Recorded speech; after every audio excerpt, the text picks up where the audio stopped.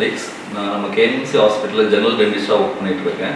So இந்த general dentist ஃபீல்டில் எனக்கு ஒரு 6-7 இயர்ஸ் எக்ஸ்பீரியன்ஸ் இருக்குது. ஸோ இப்போ நம்ம கேஎம்சி ஹாஸ்பிட்டல் டென்டல் டிபார்ட்மெண்ட்டில் நம்ம என்னென்ன ட்ரீட்மெண்ட் பண்ணணும்னு பார்த்தீங்கன்னா, நம்ம குழந்தைகளுக்கான ட்ரீட்மெண்ட் பார்க்கணும். குழந்தைகளுக்கு பல் உடைகிறது, பல் சொத்த பல், குழந்தைக்கெல்லாம் ரூட் கனல் ட்ரீட்மெண்ட். அதே மாதிரி இப்போ ஒரு 10-11 வயசு 14 வயசுக்கு மேலே உள்ள குழந்தைகளுக்கு எல்லாம் பல்ல கம்பி போடுறது. இப்போ சிலவங்களுக்கு பார்த்தீங்கன்னா பல்ல வரிசையாக இருக்காது. இப்போ சின்ன வயசுலேருந்தே வரிசை இருக்காது. சிலவங்க ரொம்ப கேப்ஸ் இருக்கும்.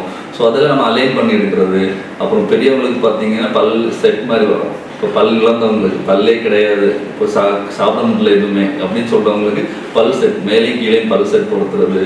இப்போ சிலவங்களுக்கு அதே மாதிரி ஆக்சிடெண்ட்டில் இல்லை பைக்கில் ரொம்ப ஆக்சிடென்ட் ஆகுறது, இல்லை இடிபடுறதுல ஏதாச்சும் பல் உடஞ்சி போகிறது. இப்போ பல் உடஞ்சி போயிடுச்சுன்னா, இப்போ பாதிக்கு மேலே உடஞ்சி போயிடுச்சுன்னா பல் அதே நிறத்திலே உங்களுக்கு எந்த மாதிரி டிஃப்ரென்ஸே வெளியே தெரியாதாலும் நம்ம பல் வைக்கிறது.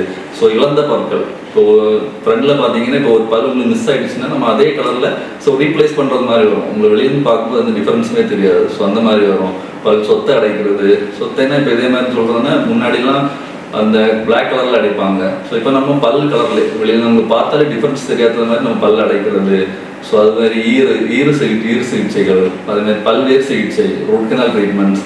பல் ரொம்ப சொத்தான பல்களை நம்ம எடுக்காமல் இப்படி காப்பாற்றுறது, அந்த மாதிரி ட்ரீட்மெண்ட் அதில் பார்த்துக்கலாம். ஸோ நமக்கு இங்கே அது மட்டும் இல்லாமல் எக்ஸ்ரே ஃபெசிலிட்டிஸ் இருக்குது, டிஜிட்டல் எக்ஸ்ரே ஃபெசிலிட்டிஸ். நம்ம பல்ல இப்போ நம்ம நார்மலாக பார்க்கும்போது எந்த சொத்தை இருந்தாலுமே நம்ம அதை டயக்னோஸ் பண்ணுவோம், உள்ளாடி எந்த சொத்தை போயிருக்கு. ஸோ அதெல்லாம் பார்க்குறதுக்காக டிஜிட்டல் எக்ஸ்ரே இருக்குது. ஸோ டிஜிட்டல் எக்ஸ்ரே எடுத்து பார்க்கும்போது நம்ம தெரியும் உள்ளாடி வேலை ஏதாவது பிரச்சனை இருக்காது. ஸோ அந்த ஃபெசிலிட்டிஸ் எல்லாமே நமக்கு இங்கே இருக்குது. குறைந்த நேரத்தில் ரொம்ப டைம் ஆகாது, அந்த நன்மை எடுக்க ரொம்ப டைம் ஆகாது. சீக்கிரம் எடுத்து டக்கு நம்ம உடனே டயக்னோஸ் பண்ணிக்கலாம். ஸோ அந்த மாதிரியான ஃபெசிலிட்டிஸ் இருக்குது.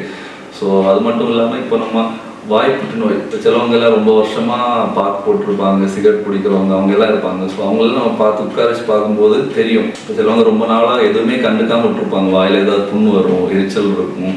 ஸோ அதெல்லாம் கண்டுக்காமல் விட்டுருவாங்க. நம்ம பார்க்கும்போது இப்போ 6 months once, 3 months once, 1 yearly once checkup, dental checkup பண்ணால் நமக்கு தெரியும் வாயில் என்னென்ன பிரச்சனைகள் இருக்குது. ஒரு சின்ன பிரச்சனையாக கூட இருக்கலாம், அது ஃபியூச்சரில் ரொம்ப பெரிய இஷ்யூவில் கொண்டு விட்டுரும். ஸோ ஒரு 3 months once, 2 months once, monthly once கூட ஓகே தான். இல்லைன்னா 6 months once checkup, dental checkup பண்ணுறது அட்வைசபுளாக இருக்கும். நம்ம அப்படி செக்அப் பண்ணும்போது நம்ம வாயில் என்னென்ன குறைகள் இருக்குது, ஸோ என்னென்ன பிரச்சனைகள் இருக்குது, என்னென்ன ட்ரீட்மெண்ட் எடுத்துக்கலாம், ஸோ என்னென்ன இது இருக்குதுன்னு பார்த்துக்கிறது இருக்கும். இப்போ வாய் புற்றுநோய் வர இருக்குது. சிலவங்க ரொம்ப நாளுக்கு ஏதாவது சின்ன இது இஷ்யூ தானே கண்டுக்காமல் விட்டுருவாங்க. ஸோ ஃபியூச்சரில் போய் பெரிய ஒரு இஷ்யூவாக தான் நமக்கு தெரியும். ஐயோ அன்னைக்கே கவனிச்சிருக்கலாமே. ஸோ அதெல்லாம் நம்ம ரெகுலராக டென்டல் செக்அப் வரும்போது தான் தெரியும். ஸோ இங்கே பார்த்தீங்கன்னா எல்லா ட்ரீட்மெண்ட்டையும் குறைந்த செலவு, உங்களுக்கு வெளியில் விட நம்ம கம்மியான ட்ரீட்மெண்ட்ஸ், அஃபோர்டபுள் ரேட்டில் ட்ரீட்மெண்ட் எல்லாமே இங்கே அவைலபிளாக இருக்குது.